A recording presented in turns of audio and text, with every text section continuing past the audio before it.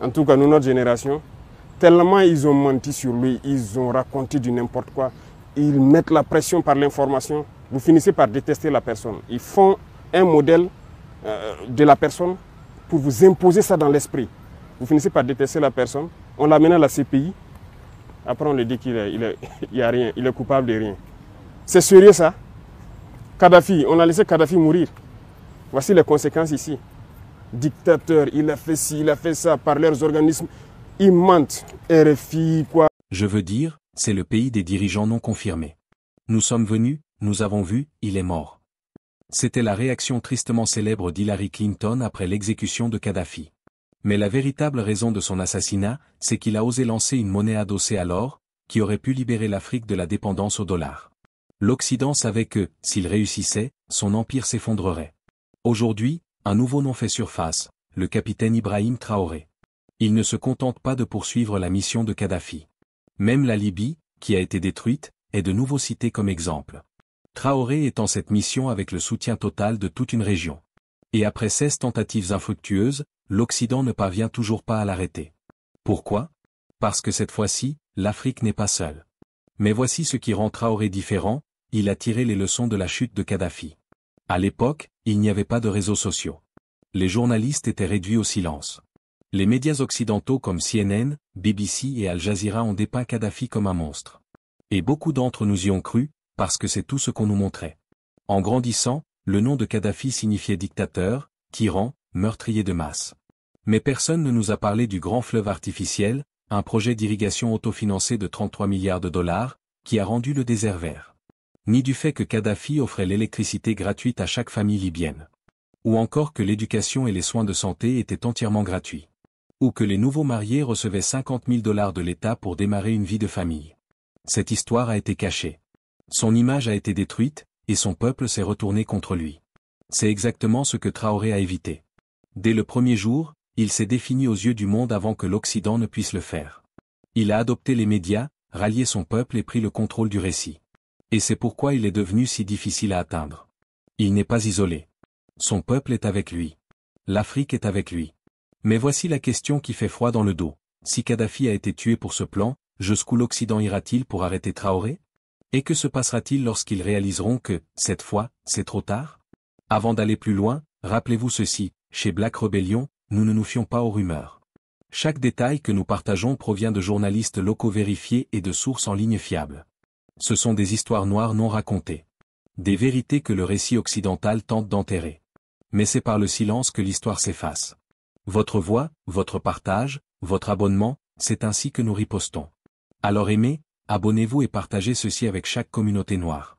Vous savez, la vérité résonne plus fort que leurs mensonges. Maintenant, dévoilons la vérité. Officiellement, l'invasion de la Libye a été présentée comme une mesure de protection des civils. Certains ont dit que c'était une affaire de pétrole, mais ceux qui comprennent le pouvoir mondial ont vu la véritable motivation, la monnaie. Le projet de Kadhafi de lancer une monnaie africaine adossée à l'or, le dinar, visait à éliminer la dépendance au dollar américain dans le commerce africain. Cette seule idée lui a valu une cible dans le dos. Pourquoi? Parce que près de 90% du commerce international transite par le dollar américain. 60% des réserves mondiales sont détenues en dollars, et 40% de la dette mondiale est émise en dollars. Ce n'est pas seulement une question d'économie. C'est cela, l'empire. La monnaie or de Kadhafi n'était pas seulement une alternative financière. C'était une menace pour tous ceux qui soutenaient la domination mondiale de l'Occident. Et c'est pour ça qu'ils l'ont tué. Mais que se passerait-il si je vous disais que Traoré et ses homologues de l'AES ont défié l'Occident, et relancé l'initiative, reprenant avec audace là où Kadhafi s'était arrêté? Et cette fois, le scénario ne s'est pas déroulé comme prévu. Au lendemain de l'exécution de Kadhafi, les médias occidentaux ont présenté l'effondrement de la Libye comme le prix de la dictature. Mais derrière les gros titres et les justifications de l'intervention humanitaire, quelque chose de plus sombre se préparait. Quelque chose de bien plus calculé. Car la Libye n'était pas le seul pays en crise à l'époque. Le Yémen, la Syrie et Bahreïn étaient eux aussi en proie à des troubles violents. Pourtant, aucun de ces pays n'a déclenché une campagne de bombardements occidentaux comme l'a fait la Libye. Pourquoi? Parce qu'aucun autre dirigeant n'était sur le point de lancer une monnaie adossée à l'or qui aurait pu ébranler l'ordre financier mondial. Lorsque les courriels privés d'Hillary Clinton ont été divulgués en 2016, ils ont confirmé ce que beaucoup soupçonnaient déjà. La guerre ne concernait pas seulement le pétrole, la protection des civils ou même un changement de régime. Il s'agissait d'empêcher l'essor d'une monnaie africaine indépendante avant même qu'elle ne voie le jour. Kadhafi avait proposé un système monétaire unifié, un dinar-or. Ce projet permettrait aux nations africaines et musulmanes de vendre leur pétrole et leurs ressources uniquement en échange d'or. Il s'agissait d'une menace directe, non seulement pour le dollar américain, mais pour toute la structure économique dominée par l'Occident. Si cette vision s'était concrétisée, l'Afrique aurait pu se libérer des chaînes financières du franc CFA et des dettes imposées par le FMI. La richesse ne serait plus mesurée par la quantité de dollars détenus, mais par la quantité d'or possédé. Et pour comprendre l'ampleur de cette menace, il faut saisir le système contre lequel Kadhafi s'est élevé. Depuis les accords de Bretton Woods en 1944, le dollar américain est devenu la pierre angulaire de la finance mondiale. À l'époque, le dollar était adossé à l'or, mais en 1971, le président Richard Nixon a mis fin à cet étalon or. Il a ensuite conclu un accord avec l'OPEP, désormais, le pétrole serait exclusivement vendu en dollars. Ce fut la naissance du système du pétrodollar, faisant du billet vers le moteur du commerce mondial. Dès lors, tout pays ayant besoin de pétrole devait d'abord acquérir des dollars, quel que soit le producteur de pétrole. Cette demande artificielle a permis à Washington d'imprimer de l'argent sans limite, tout en conservant sa domination sur les marchés mondiaux. Dans le même temps, les pays en développement, notamment en Afrique, ont été attirés par les prêts du FMI, qui les ont ensevelis sous une dette écrasante. Ces prêts étaient assortis de programmes d'ajustement structurel, qui ont freiné la croissance, privatisé les richesses publiques et sapé la souveraineté économique des nations. Ainsi, quand Kadhafi a déclaré « Commerçons en or », ce n'était pas une simple suggestion économique. C'était une déclaration de guerre contre un système qui régnait sans partage depuis des décennies. En 2009, Kadhafi a été élu président de l'Union africaine. Depuis cette position, il a intensifié ses efforts pour une Afrique unie, pas seulement de nom, mais aussi à travers une monnaie et un capital commun. Un geste audacieux, comme l'histoire le montre, mortel. Cela ne veut pas dire que Kadhafi était un saint. S'il a supervisé la transformation de la Libye en l'une des nations les plus prospères d'Afrique avec des soins de santé gratuits, des logements subventionnés et l'indice de développement humain le plus élevé du continent, il gouvernait aussi d'une main de fer. Ses détracteurs l'accusaient de soutenir des groupes armés et de réprimer la dissidence. Pourtant, ce sont ses ambitions en tant que président de l'Union africaine qui ont véritablement inquiété les puissances occidentales. Pas à cause de ce qu'il avait fait, mais à cause de ce qu'il préparait. Au début des années 2000, Kadhafi avait commencé à se rapprocher de l'Occident. Il a ouvert certaines parties de l'économie libyenne aux investisseurs étrangers et recherché une normalisation diplomatique. Mais l'histoire récente de Saddam Hussein était encore dans tous les esprits.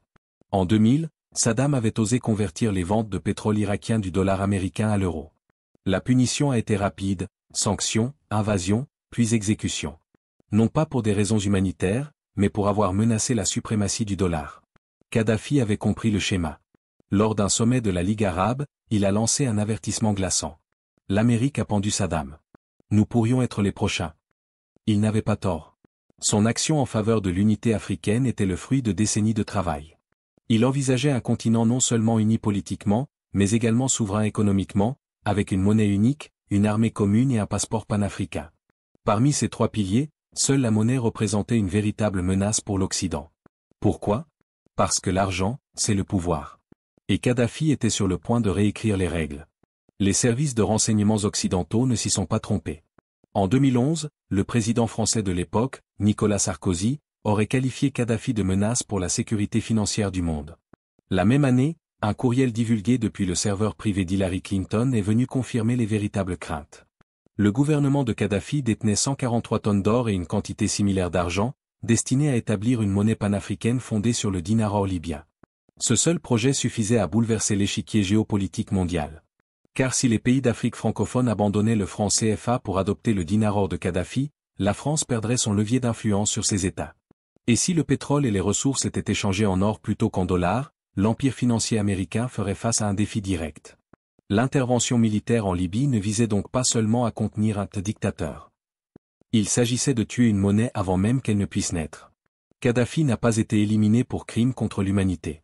Il a été abattu pour avoir osé défier l'ordre financier mondial, dominé par l'Occident et dirigé par les États-Unis, comme l'indiquent plusieurs câbles diplomatiques et documents de renseignement déclassifiés.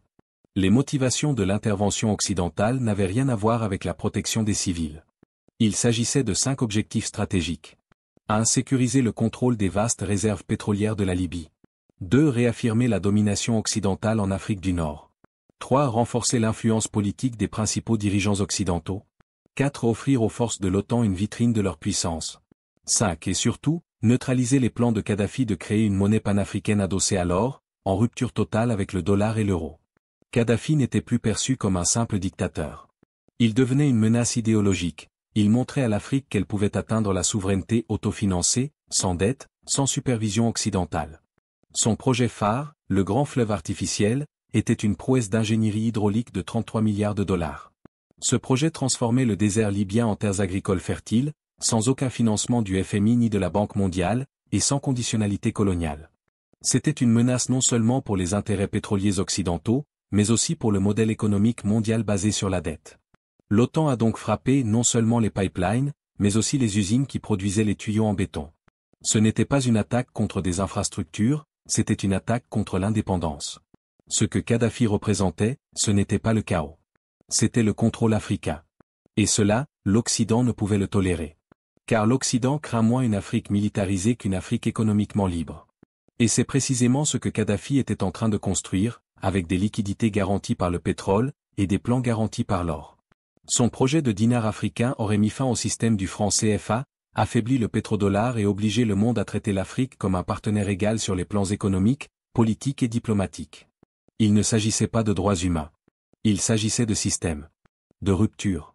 D'hétérogénéité dans un ordre mondial construit sur l'uniformité du contrôle. Le citoyen moyen en Occident peut croire en la démocratie, la liberté, la justice. Mais ces gouvernements savent que le véritable pouvoir vient du contrôle des ressources. Et pour cela, ils déguisent leurs intérêts en mission de sauvetage. Parce que la générosité, ça se vend bien. Mais l'Empire, lui, livre. Et ainsi, le message a été clair, défiez la suprématie financière de l'Occident, et vous signez votre propre arrêt de mort. Mais la vision de Kadhafi ne s'est pas éteinte avec lui. Aujourd'hui, une nouvelle génération de dirigeants africains reprend le flambeau. Ses héritiers idéologiques, les chefs militaires du bloc AES, Mali, Burkina Faso, Niger, ne sont pas simplement des soldats, ils sont la continuation d'une rébellion inachevée. Cette fois, cependant, ils agissent discrètement, en construisant les institutions de la libération économique sans demander la permission à l'Occident. 3 pays africains viennent tout juste de créer, sans publicité, leur propre banque. Pas de couverture médiatique, pas de financement extérieur, pas d'approbation internationale. Juste le silence, et une nouvelle arme, la finance souveraine. Mais qu'ont-ils créé exactement ?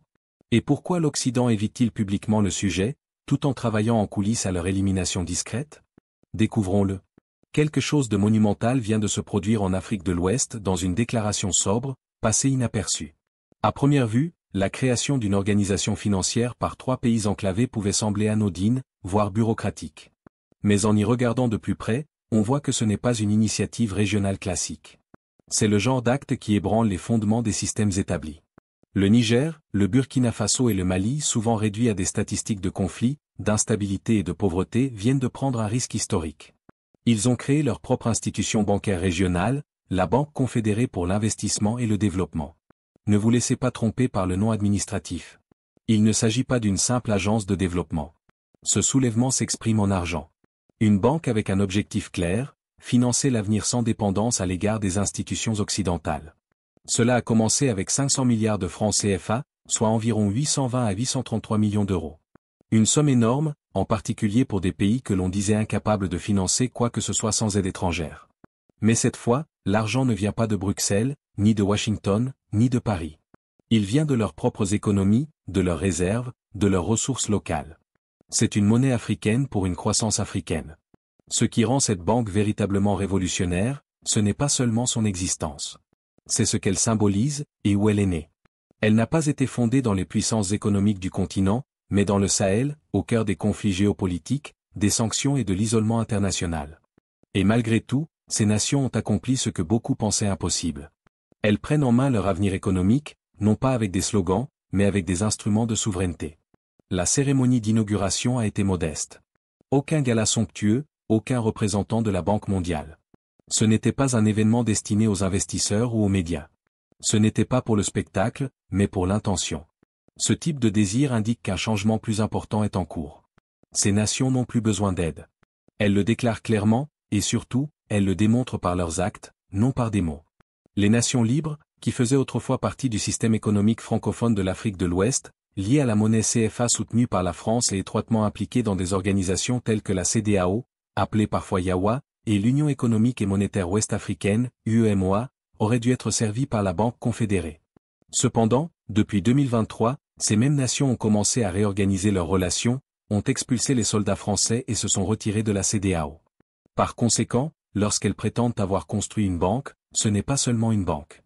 Il s'agit plutôt de la dernière phase de leur stratégie de sortie, une indication claire qu'elles ne reviendront pas en arrière. C'est à ce moment que le récit devient encore plus dérangeant pour tous ceux qui l'observent mais pas pour elles. Ce n'était pas une simple réaction à l'isolement, l'escalade était planifiée.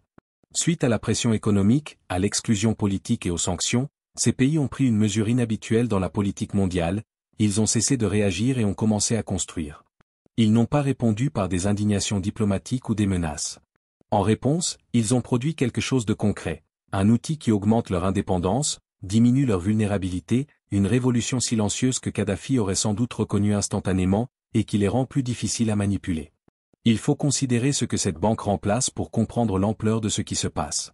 Pendant de nombreuses années, les initiatives soutenues par des donateurs, gérées par des organisations non gouvernementales, des entrepreneurs étrangers ainsi que par des institutions telles que la Banque mondiale et la Banque africaine de développement, ont façonné la croissance de la région. Ces collaborations nécessitaient souvent une autorisation préalable, des modifications réglementaires et l'acceptation d'un contrôle par des responsables financiers étrangers. Ce scénario est inversé par la Banque confédérée. Elle restitue la prise de décision et le financement à la communauté locale. De plus, ce geste n'est pas symbolique, il est conçu pour financer des projets concrets, des infrastructures, la croissance industrielle et l'agriculture. Des secteurs que le FMI est systématiquement trop lent à soutenir et trop rapide à politiser. Vous n'avez pas besoin de prouver votre solvabilité à un économiste occidental qui n'a jamais mis les pieds dans un village sahélien. Lorsque vous travaillez avec cette banque, vous n'avez pas à atteindre des objectifs de croissance formulés dans des conseils d'administration à l'étranger. La seule condition préalable est que l'initiative profite à la communauté locale plutôt qu'aux investisseurs internationaux. L'absence de réaction de l'Occident face à cette action en dit long. Il n'y a pas eu de frénésie médiatique, pas de comité d'experts s'interrogeant sur l'impact que cela aurait sur la stabilité régionale, ni de représailles. Il semble que la seule tactique restante soit de faire comme si cela n'était jamais arrivé. Car reconnaître cette banque, c'est reconnaître quelque chose de bien plus risqué qu'une simple transaction financière. Il s'agit de reconnaître la capacité de l'Afrique à développer ses propres systèmes, que les 3 nations participantes sont capables de planifier, de coordonner et de prendre les devants. C'est pourquoi la Banque confédérée entre en scène discrètement, avec défi, plutôt qu'avec beaucoup de fanfares. Ce n'est pas ostentatoire. Elle ne cherche pas à faire les gros titres. Cependant, elle est conçue pour durer, plus important encore, pour se développer. La question est maintenant, pourquoi ont-ils fait cela? Il faut regarder au-delà des chiffres pour comprendre pourquoi le Burkina Faso, le Mali et le Niger ont créé cette banque. L'ambition n'était pas la cause première. C'est l'épuisement qui l'a fait naître. Quelque chose s'est finalement cassé. Après des décennies d'attente, de coopération et de conformité aux attentes des partenaires de développement, non pas par indignation ou protestation, mais par clarté, ces pays ont pris une décision. Ils n'ont pas créé une banque du jour au lendemain. Ils sont arrivés à une conclusion que peu d'autres ont osé exprimer. Il y a toujours eu un trucage dans le jeu. Pendant des années, on a répété aux populations du Sahel que l'aide étrangère leur apporterait le salut. On attendait de chaque nouveau gouvernement qu'il serre la main de diplomates rayonnants, qui géraient le flux d'aide, poursuivaient les réformes et exigeaient leur allégeance aux financiers étrangers. Ce rituel est devenu fastidieux et embarrassant. Bien que les dirigeants aient changé, les réglementations sont restées les mêmes. Signez, empruntez et agissez comme si c'était utile. Qu'ont-ils reçu en échange? Des aéroports qui n'ont jamais démarré, des routes qui ne mènent nulle part, des initiatives qui ont discrètement pris fin après quelques inaugurations médiatisées. L'apparence du développement suffisait, mais pas pour les populations locales. En réalité, une grande partie de cette aide visait à maintenir la dépendance, non à y mettre fin. C'est une vérité que les gouvernements occidentaux et les banques internationales reconnaissent rarement. Ils ont dynamisé leur espace politique en échange de prêts. Ils ont accordé des contrats à des entreprises étrangères en échange d'assistance. Ils ont vu leur souveraineté s'éroder au nom de la coopération.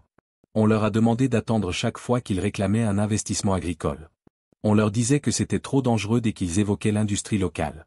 Cependant, l'argent arrivait à chaque fois qu'une multinationale cherchait à exploiter leur uranium, leur coton ou leur or. Ce n'est pas une question de mauvaise gestion. C'est exactement la dépendance contre laquelle Kadhafi avait mis en garde l'Afrique. Ce système fonctionne exactement comme prévu. Ces nations en ont assez pour cette raison. Leur décision de construire leur propre banque était à la fois émotionnelle et stratégique. L'objectif était de restaurer une dignité entamée par des années de dépendance financière. Nous ne demandons plus, voilà le message. Ils ne s'opposent pas au progrès, mais se détournent du paradigme développemental qui a initialement provoqué leur dépendance. Ce soulèvement a une dimension plus profonde que la simple finance. Le monde a rejeté l'Alliance des États du Sahel, AES, comme un pacte défensif. Lorsque ces trois nations l'ont fondé en 2023, après avoir été suspendues de la CEDEAO, elles avaient besoin de quelque chose pour rester à flot. Cependant, ce n'est pas le désespoir qui a donné naissance à l'AES, mais la clarté. L'Afrique ne peut plus se permettre de faire preuve de tact face à sa souffrance. C'est cet alignement politique, culturel et intellectuel qui unit le capitaine Tranta et Chiani. Ils contrôlent les récits autant qu'ils dirigent leur nation. Ces récits défient le filtrage des médias financés par des donateurs ou des groupes de réflexion occidentaux. Ils ont déclaré sans équivoque que leur révolution était autant psychologique que militaire. Leur objectif est de convaincre leur peuple que l'époque où il fallait constamment surveiller les autres est révolue, qu'il n'est plus nécessaire d'attendre. Par conséquent, au sens occidental du terme, cette banque n'est pas une entité financière. Elle ressemble à une machine à compter un contre-récit. Elle redéfinit le concept même de développement. Ses dirigeants choisissent de démontrer sa valeur à leur propre peuple plutôt qu'aux investisseurs internationaux. Ils créent des mécanismes permettant de vivre au quotidien sans mendier, plutôt que d'ajuster le PIB pour améliorer des notations de crédit. Mais ne vous méprenez pas, ce fut bien plus qu'une simple contrariété intérieure. Un déclencheur était présent. Le masque est tombé lorsque la France a retiré ses troupes, imposé des sanctions et cessé de fournir de l'aide en raison de son refus d'adhérer aux normes démocratiques. Ces pays ont alors compris que leur amitié avec l'Occident n'était pas inconditionnelle, que l'aide cessait dès qu'ils désobéissaient. Puis quelque chose est arrivé qui a tout changé. Avons-nous jamais été véritablement souverains s'ils pouvaient nous couper si facilement? À ce stade, le concept de la banque est devenu une ligne dans le sable plutôt qu'un projet secondaire. De plus, cette promesse est restée vraie à travers le temps, contrairement à de nombreuses autres promesses postcoloniales qui ne l'ont pas été, car elle était fondée sur des souvenirs plutôt que sur une idéologie. Le souvenir de la façon dont leurs monnaies ont été manipulées, leurs économies pillées et leur avenir assuré par des spécialistes techniques et des diplomates rayonnants. Ils se souviennent, ils ne sont pas paranoïaques. Ils ont effectivement construit une banque. En réalité, ils ont construit un mur, une barrière entre leur avenir et ceux qui en étaient responsables dans le passé. Et ce mur apparaît soudain dangereux de l'extérieur. Ce n'est pas une menace au progrès ou à la paix, mais à l'ensemble du système qui a permis à ces pays de ne jamais avoir les moyens de rêver sans autorisation. Ils ont arrêté de rêver sous les toits des autres et ont construit la banque. C'est précisément ce qu'avait envisagé Mouammar Kadhafi lorsqu'il a plaidé en faveur d'un système financier africain souverain. Ce n'est plus un rêve. Il est construit par ses héritiers idéologiques au sein de l'AES. Mais que ferait réellement cette banque?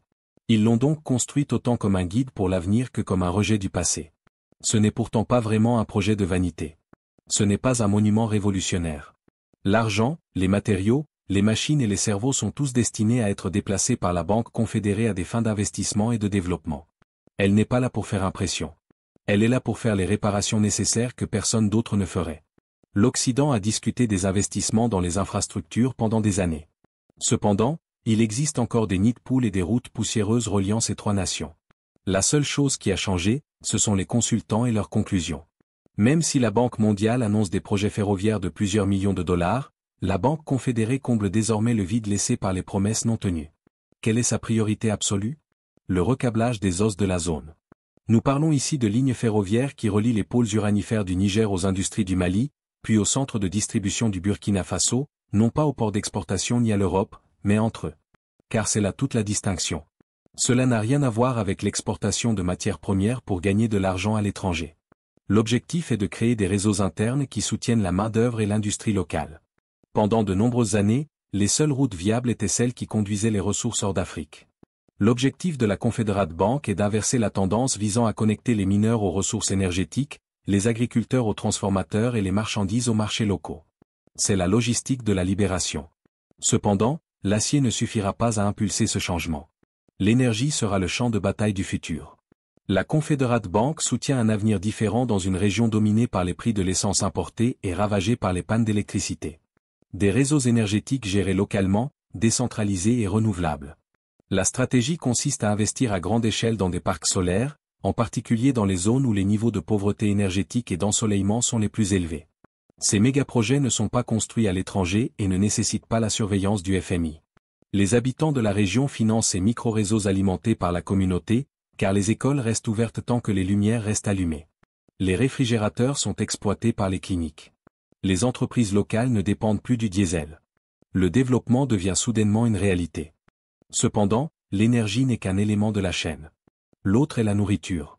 La Confederate Bank se prépare à faire une incursion significative dans les industries de transformation alimentaire et agricole par le biais de centres de distribution nationaux, d'entreprises villageoises et de coopératives locales plutôt que d'entreprises agricoles internationales. Dans sa simplicité, l'objectif est radical: manger ce qu'ils cultivent et cultiver ce qu'ils mangent. Ces pays dépendent depuis bien trop longtemps des importations de blé, de riz et de produits transformés, même s'ils avaient plus qu'assez de terre pour s'épanouir. Pourquoi? Parce que le financement de l'autosuffisance alimentaire était découragé par le système d'aide. L'importation était généralement moins coûteuse, non pas parce que la terre était improductive, mais plutôt parce que les agriculteurs locaux se retrouvaient avec des machettes et des sécheresses tandis que la nourriture étrangère arrivait avec des subventions. Cette formule est en train d'être inversée par la Banque confédérée. Les agriculteurs ont désormais accès à l'ensemble de la chaîne d'équipement, de l'irrigation, du stockage et de la transformation. Ils ne vendent plus de tomates pour quelques centimes alors qu'ils achètent de la pâte de tomate en conserve en Europe. Ce n'est pas de la charité. C'est ça la souveraineté agricole. De plus, on a construit un hameau, un outil et une culture à la fois. Et puis il y a les cieux. En effet, la colonisation s'est même étendue jusqu'aux cieux. Les compagnies aériennes internationales contrôlent les voyages régionaux en Afrique de l'Ouest depuis de nombreuses années. C'est une blague cruelle. Il est souvent nécessaire de traverser l'Europe pour se rendre d'un pays africain à un autre. Maintenant c'est différent. La Confederate Bank est en train de créer une compagnie aérienne régionale qui exploite des vols directs de Bamako à Niamey et à Ouagadougou, sans escale, sans restriction de visa et sans hausse des prix des transporteurs traditionnels. L'objectif est d'établir un corridor aérien qui favorise le commerce régional, le tourisme et l'éducation. Tous ces éléments sont essentiels à l'intégration régionale, mais n'ont jamais été rentables pour les investisseurs internationaux. Mais c'est plus profond, parce que le mouvement n'est pas le seul aspect de l'intégration. Cela a à voir avec la confiance. De plus, l'argent n'a jamais fait confiance aux frontières de l'Afrique. C'est pourquoi la banque crée des plateformes numériques et des systèmes de paiement interopérables qui permettent aux particuliers et aux entreprises d'envoyer et de recevoir de l'argent et d'effectuer des transactions transfrontalières sans avoir besoin d'euros ou de dollars. Et c'était aussi la vision de Kadhafi, une Afrique dont les mouvements commerciaux et financiers ne transitent pas par des capitaux étrangers. On l'a un jour rejeté, mais maintenant, on l'a construit tranquillement. Ne dépendez plus du système CFA soutenu par la France. Fini les frais exorbitants juste pour envoyer de l'argent du Mali au Niger. Libérée des contraintes des systèmes monétaires coloniaux, la Banque confédérée ouvre la voie à un véritable commerce. Soyons clairs, ce ne sont pas deux idéalistes qui dirigent cette banque. Ceux qui la dirigent sont des stratèges. Chaque prêt, projet et investissement est réalisé en tenant compte de l'intérêt national, du rendement à long terme et de la gestion des risques. Ils ont observé des pièges à dette. Ils ont lu les petits caractères et ont appris que l'argent gratuit s'accompagne généralement de menottes invisibles. Cette fois, ce sont eux qui fixent les conditions. Non, ils n'ont pas de milliards. Pas encore. Mais ce qu'ils ont, c'est une intention. Astucieux, bien organisé et financé de manière indépendante. Chaque dollar investi est destiné à résoudre le genre de problème qu'aucun partenaire étranger n'a jamais priorisé. Parce que lorsque vos mains sont enfin sur le volant, vous conduisez dans une direction différente. L'objectif ici n'est pas de rattraper l'Occident. L'objectif est de construire ce que l'Occident n'a jamais eu l'intention d'offrir. Vous pourriez analyser les états financiers, les budgets de projets, les réserves de capital et les bilans de la Confederate Bank. Mais seulement si vous pensez comme un économiste. Si vous regardez à nouveau, vous remarquerez qu'elle n'est pas du tout construite comme une banque. Elle est construite comme une colonne vertébrale, un réseau, une forteresse. Car derrière la paperasse et les programmes de prêt se cache une mission bien plus ambitieuse, unifiée et dotée d'un objectif. Ce projet ne vise pas uniquement le profit ou la politique, mais avant tout la survie et la souveraineté des peuples. Le développement économique n'est qu'un moyen parmi d'autres, l'objectif principal est de fédérer ces trois nations autour d'un avenir commun, solide et inébranlable face aux influences extérieures. L'histoire de l'Afrique a longtemps été marquée par une division soigneusement orchestrée. Les frontières, les langues, les monnaies, et même les fuseaux horaires ont été arbitrairement tracés durant la période coloniale. Cette fragmentation a créé une dépendance systémique. Les infrastructures sont conçues pour isoler plutôt que pour unir. Les chemins de fer n'interconnectent pas les pays qui partagent des voies navigables, les nations parlant la même langue communiquent via des intermédiaires étrangers, et les voisins qui devraient collaborer sont au contraire liés à différents bailleurs de fonds, prédateurs et agendas politiques. Ce n'est pas le fruit du hasard, mais un système délibéré destiné à maintenir les pays d'Afrique de l'Ouest faibles et dépendants des capitaux étrangers. La Banque confédérée vient briser ce mur, non par des accords ou des discours, mais par des investissements concrets. Le Burkina Faso, le Mali et le Niger unissent leurs forces économiques et sécurisent leur avenir grâce à la fibre optique, à des projets collaboratifs et à des systèmes numériques autonomes, bien au-delà de simples poignées de main politiques. Cette banque ne se contente pas de prêter aux États, elle finance un bloc uni. Ce changement est majeur, vous n'êtes plus 3 États vulnérables isolés, mais une seule unité coordonnée, avec des plans de développement, des réseaux énergétiques, de transport et d'alimentation synchronisés. La Banque confédérée est le moteur financier de l'Alliance des États du Sahel, AES. L'AES, fondée sur cette vision, devient une véritable infrastructure. Elle transforme les idées en routes, les slogans en chaînes d'approvisionnement, les déclarations en chiffres et les chiffres en commerce quotidien entre des communautés longtemps divisées. Pour comprendre la portée de ce changement, il suffit d'observer ce qu'il remplace. Pendant des années, l'intégration régionale signifiait un pouvoir théorique, paralysé dans la pratique.